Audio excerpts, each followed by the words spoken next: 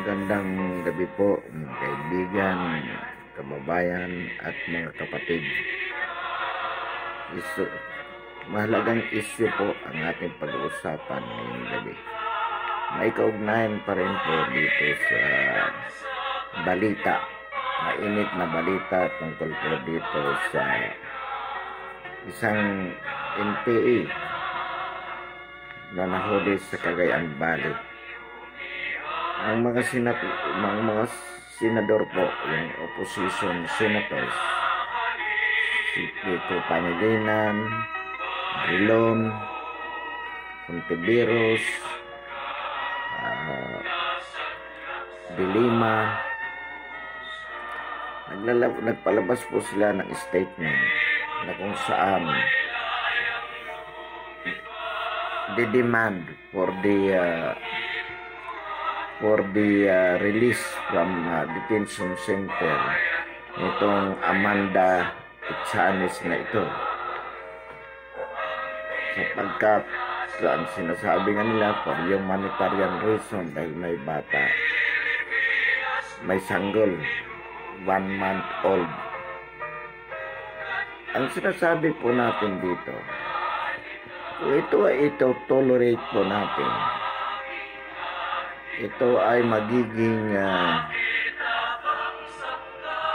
modus operandi ng mga NPA na gagamitin nila ang kanilang mga anak upang gawin yung mga illegal nilang gawain.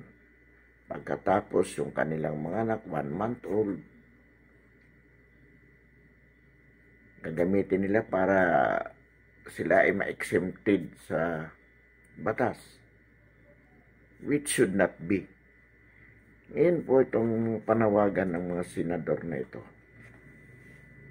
Ano po ba talaga ang kanilang gusto dito? Gusto ba nilang makatulong sa bayan o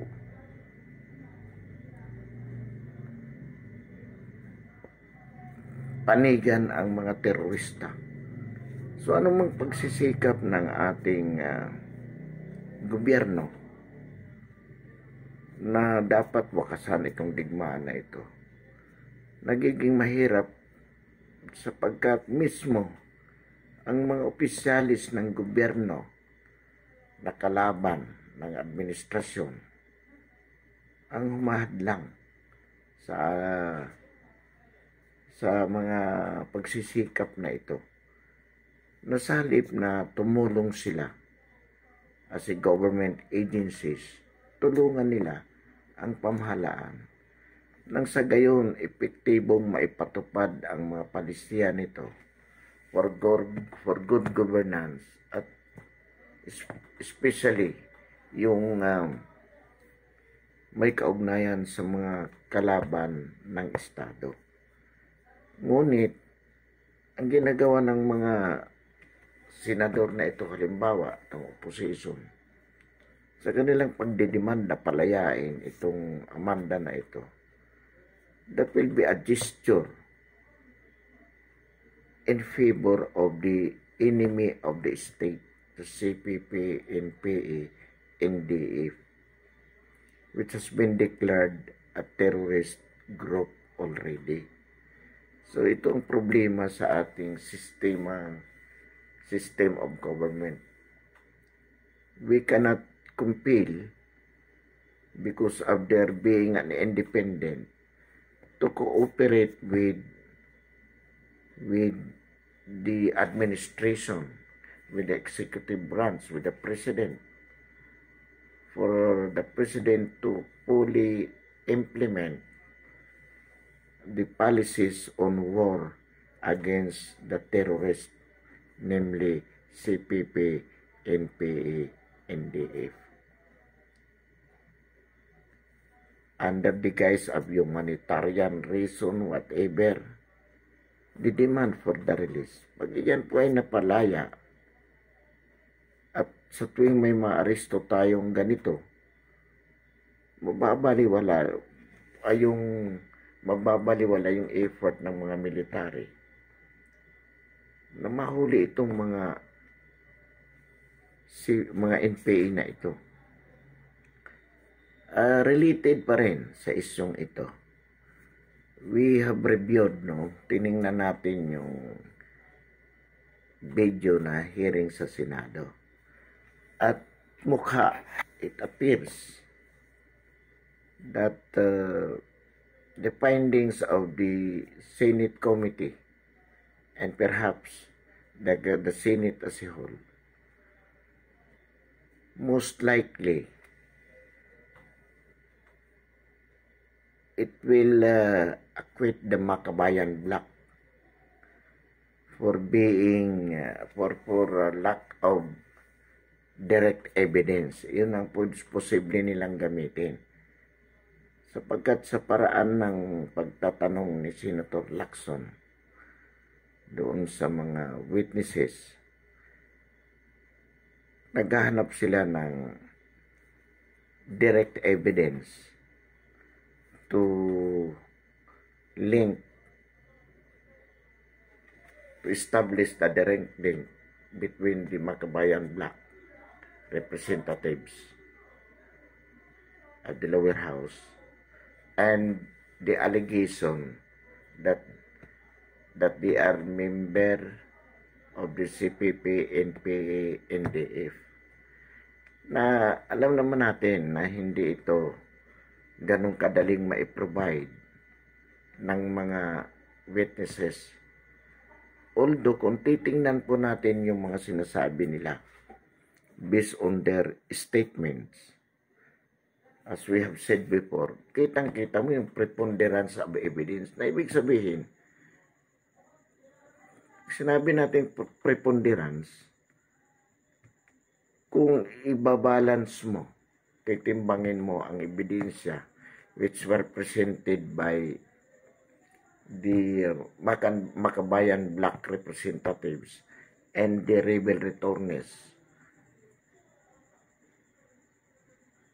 makikita mo na mas malamang sa totoo ang sinasabi ng mga rebel returnees na itong mga ito ay talagang CPP, NPA, NDF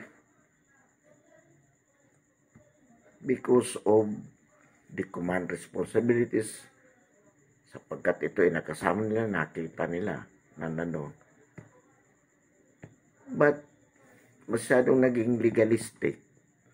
Kung titingnan ang mga tanong ni Senator Lacson, siyang chairman ng committee na nag-iimbestiga, which appears to be very legalistic, parang mga tanong sa korte, posibleng hindi ma-establish ang direct link na, for instance, itong ni Gaite, ni Sarate, ni ganito, si Ilago, sapagkat paano nga ba naman sila masasabing NPA kung they are not carrying firearms? At hindi naman talaga ito nagdadala ng armas dahil andito nga sila sa legal front. But of course, the rebel returnees, sila ka Eric, having been there for that long time, alam na nila ang sistema na ito talaga, itong legal front na to, members to, kaya lang they are not holding firearms because that is part of the program. But of course, legally speaking, kailangan yung direct link. Pero kasama nga sa modus operandi yung walang direct link to avoid being convicted as member of the NPA. So ito po magiging problema. At pangalawa, yung recruitment. Although sinasabi nila kay Eric that it is a fact dahil sila mismo galing sa mga organisasyon na ito na pinaakyat sa NPA. But then, sabi nga ni Teddy Casino, that is the sole decision of the student concerned. Walang evidence na pinilit ito ng ng organisasyon, ng anak bayan, ng LEPs, ng ganito, na umakyat sa bundok. So, itong sinasabi natin, it might not stand in court. And the Senate being strictly legal, if they would be strictly legal with their questioning and with their findings of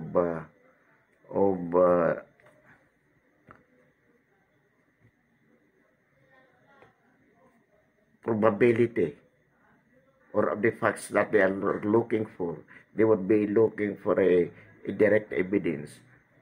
Posible pong walang maglilink. Pero sa tunay na buhay, sa katotohanan, talaga sila ay mga membro ng CPP-NPA. Kitang-kita naman yan. Taken from the whole picture of the allegation as shown by these rebel returnees. Kaya nga po, sa court, criminally po, it may not stand in court because of the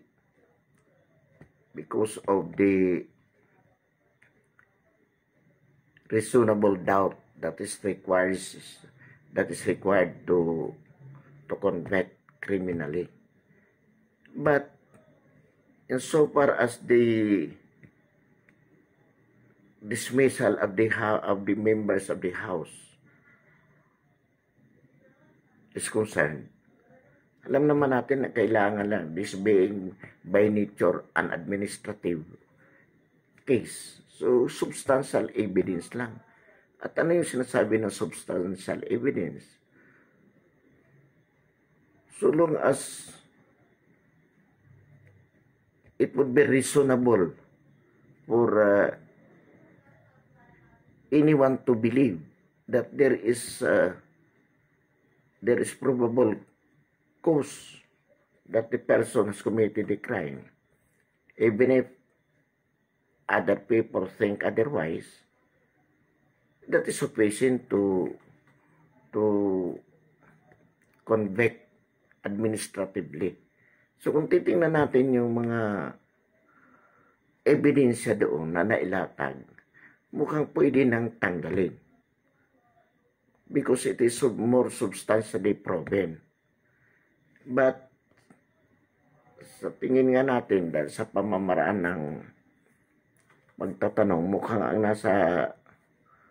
ang nasa utak ni Senator Lacson talagang direct linkage as if it is a criminal trial where reasonable doubt should be necessary to convict or to pronounce the Makabayan Black being guilty of the allegation against them. So, kapag ganon, most likely, they will be coming up with the conclusion na hindi na patunayan yung direct linkage. So, the way we look at it, most likely, baka ang magiging desisyon ng committee ay walang basis to dismiss this Makabayan Black.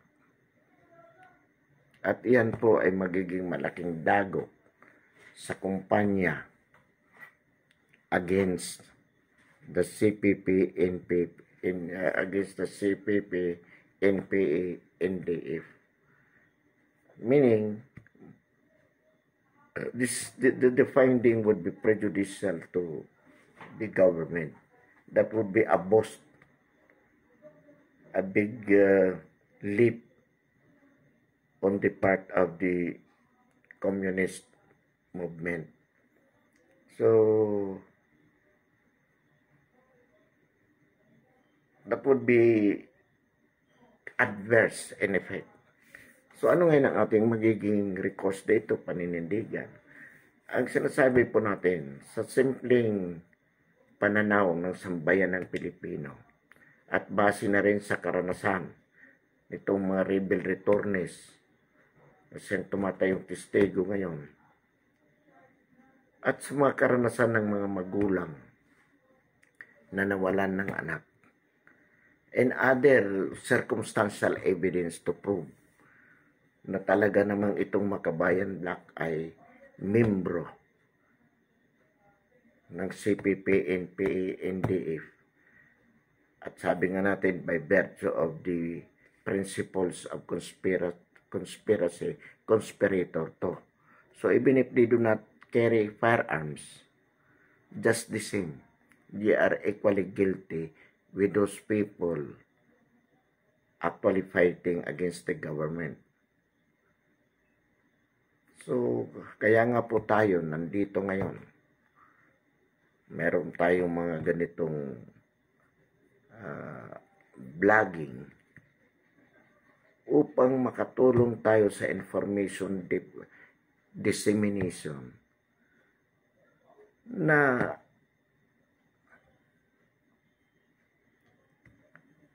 itong mga ito ay talagang membro at dapat tanggalin sa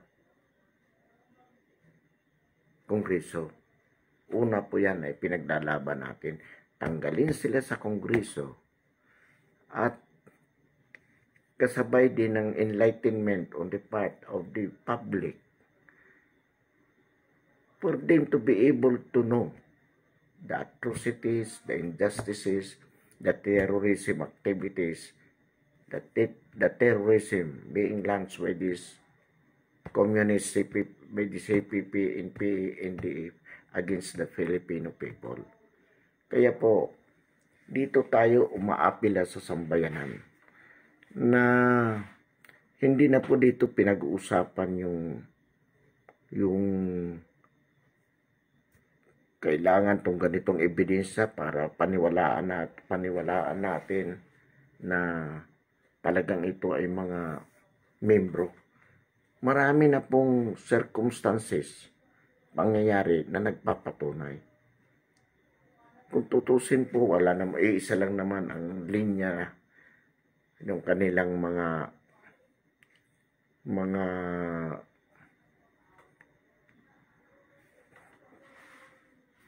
yung kanilang pagsabi na hindi sila konektado. It is a mere denial. It's just a denial na hindi kami membro. Ilabas yung ang inyong ebidensya. The problem is, marami silang mga kasamang abogado din na pinag-aaralan nila na yun nga, mawala yung linkage na yan. Kaya meron silang mga legal fronts na mahirap patunayan. But then, in so far as the members, yung rebels are concerned, katulad ng mga rebel returnees, na for 20 years, for 10 years, for 5 years, nandoon sila. Alam nila yan because that is a part of the system.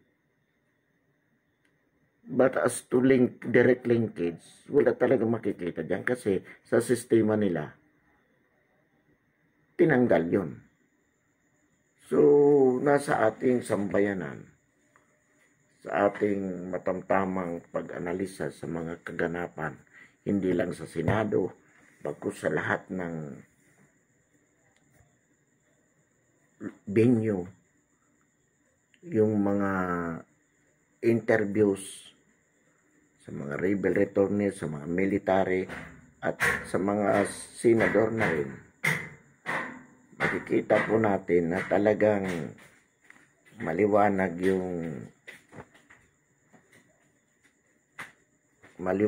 yung katibayan na itong mga ito ay membro ng komunista. Sa makatuwid,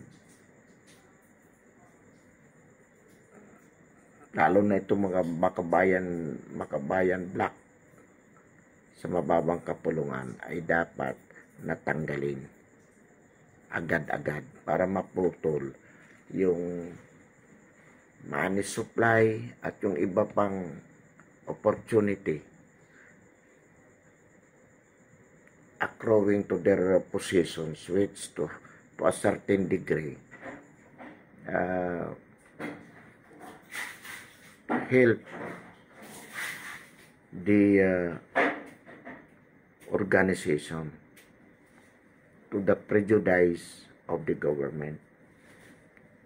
Kaya hinihikayat po natin ang ating kababayan na maging mapanuri at makiisa sa digmaang ito na inilulunsad ng pamahalaan laban sa mga teroristang ito. At nakakalungkot po dito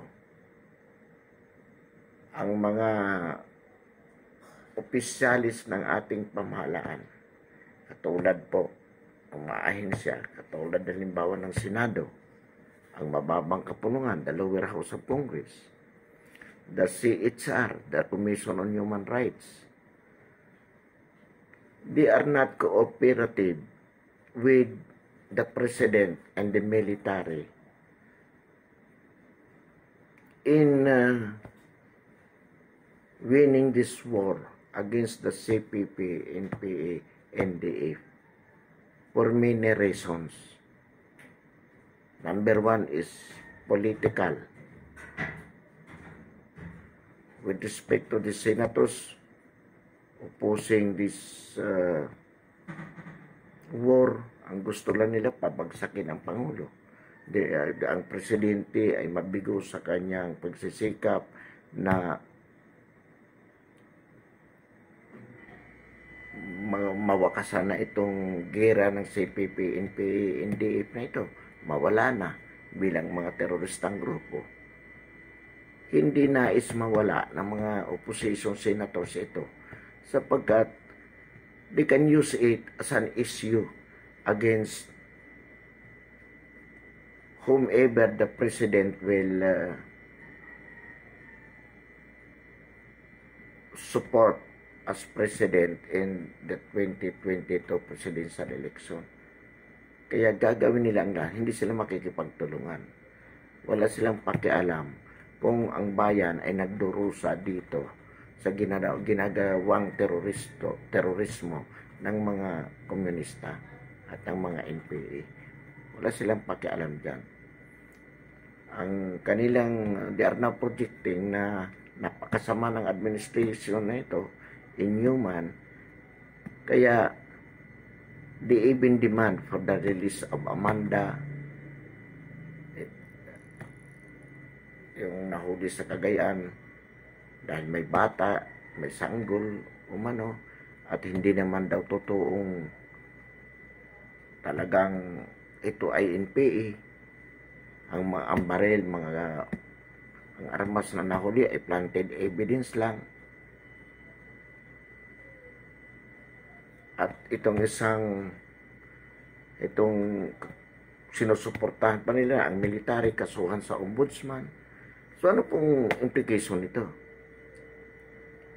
Ang military is a government agency trying its best to capture these NPA personalities. Pag nahuli, pawawalan ng mga gustong pawalan ng ibang opisyalis ng gobyerno. Kakasuhan ang mga military. Sa halip na magtulungan, because Senate is a government agency, it ought to support the military as an agency of the government running after this terrorist. Pero ito mismo ang nagsasabi, hindi, pawalan ninyo yan. Hindi totoo yan. So, ang gobyerno, sa halip na mapalakas, to a certain degree, manghihina yan. Because imagine that government is not united. Rather, it is divided, fighting against the state, the enemy of the state. Saan ka makakita? At hindi ito mababago because of this political interest ng mga opposition na to, na wala talaga silang pakialam sa bayan. Wala silang pakialam sa bayan. Basta ang kanila lamang vested interest ay maisulong nila at the expense of the people. Kaya po mga kababayan, mga kapatid, kaibigan, tayo na po ang humusga, tayo na po ang magtulong-tulong. Suportahan natin ng administrasyon, ang military, para maisulong itong digmaan na ito laban sa mga komunista. Maisulong at ito ay magwakas na rin. At muli, ang panawagan din natin sa mga kapatid nating patuloy na naliligaw ng landas, paulit-ulit po, Pasko po ngayon. This is the best opportunity for you to surrender. Pamasko nyo sa sarili nyo, pamasko nyo sa pamilya nyo, pamasko nyo sa sambayan ng Pilipino. Sumuko po kayo. Sumuko po kayo.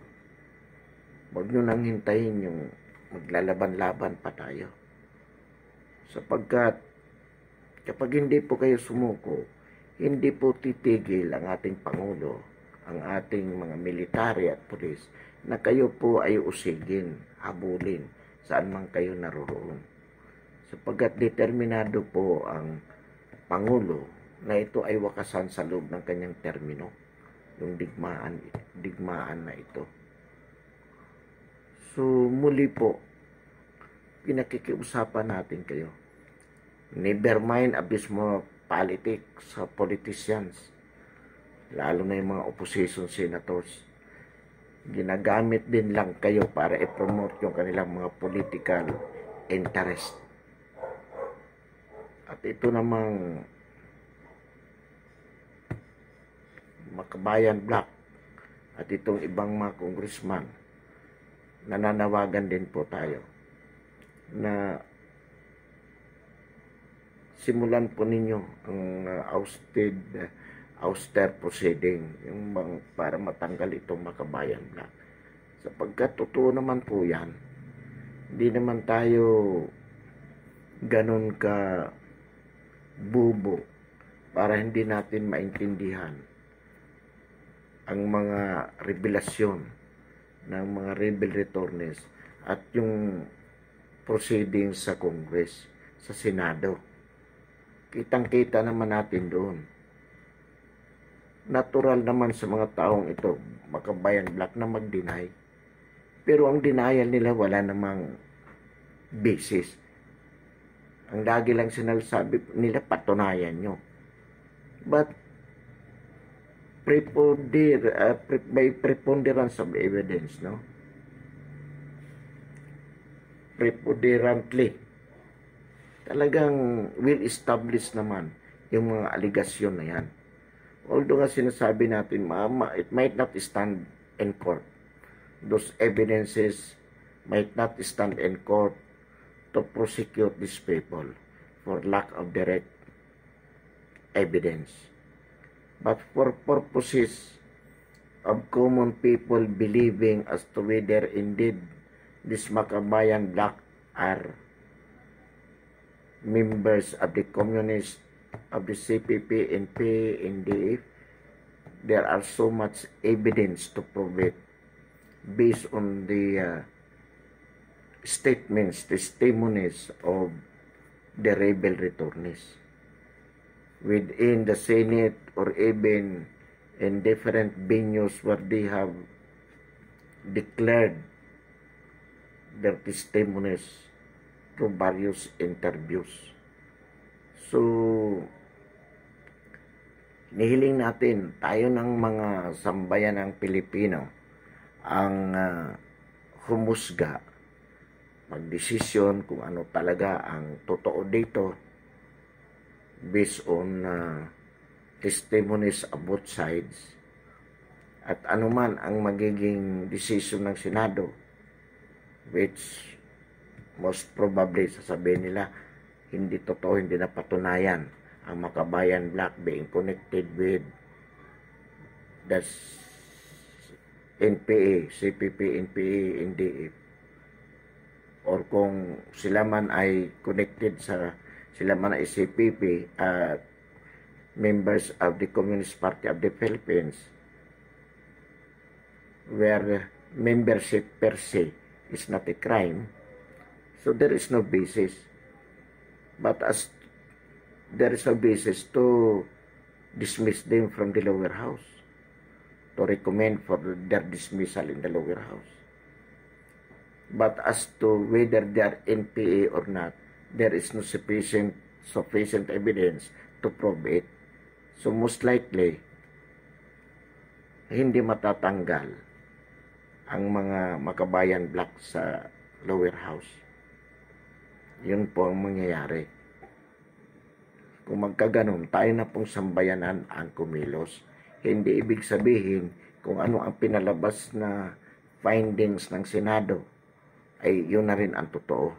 Sapagkat kung itong mga senador nga ay mayroong sariling interest na kanilang pinoproteksyonan at wala silang pakialam sa sambayanan, most likely ay talagang yun ang magiging findings nila. Pansamantala, mga kaibigan, kababayan, mga kapatid, wawakasan natin ang palakayan natin ngayong gabi. Ngunit, bago po yan, hinihingi po natin na i-subscribe po natin ang YouTube channel na ito, ang ating paninindigan sa napapanahong isyu ng lipunan. Maraming salamat po at maligayang Pasko. Kahit may pandemic, may baha, may digmaang inilulunsad laban sa mga terorista, bagamat may kahirapan, kapit lang po tayo. Kapit po tayo. Ang Pasko ay darating din po. So, maligayang Pasko at manigong bagong taon. Marami pong salamat at magandang gabi.